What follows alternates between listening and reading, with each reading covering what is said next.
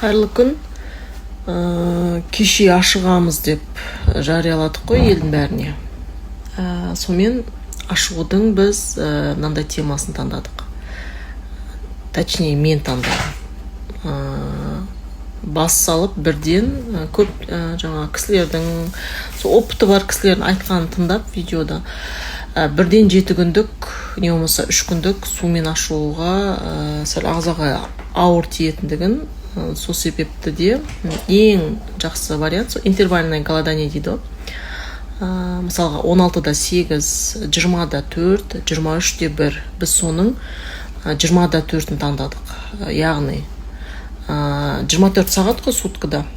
Соның 4 сағатында тамақ жеуге рұқсат, 20 сағатында тек қана су ішіп жүресіз.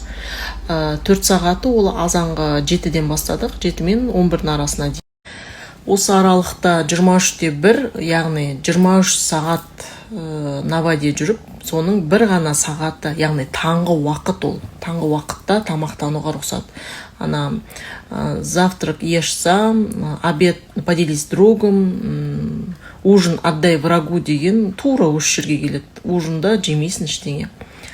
Только су жаңағы или овес, или там печеночный чай, сондай-сондайлар. Қайсысы? Печеночный чай, кстати, дәмі өте тәтті екен. Білмеймін енді, вроде мына жерде витаминның комплексін деп жазылып тұр. Қай шөп бұған тәтті дәм беріп тұрғанын. Солай-солай 23-те 1-ге келгеннен кейін барып, сол 23-те 1-ді стап ағза үйренеді ғой. Голодание ол всегда стресс, ашығу. Бұл сториске салып жатқаным, бұл опытпен бөлісу ғой.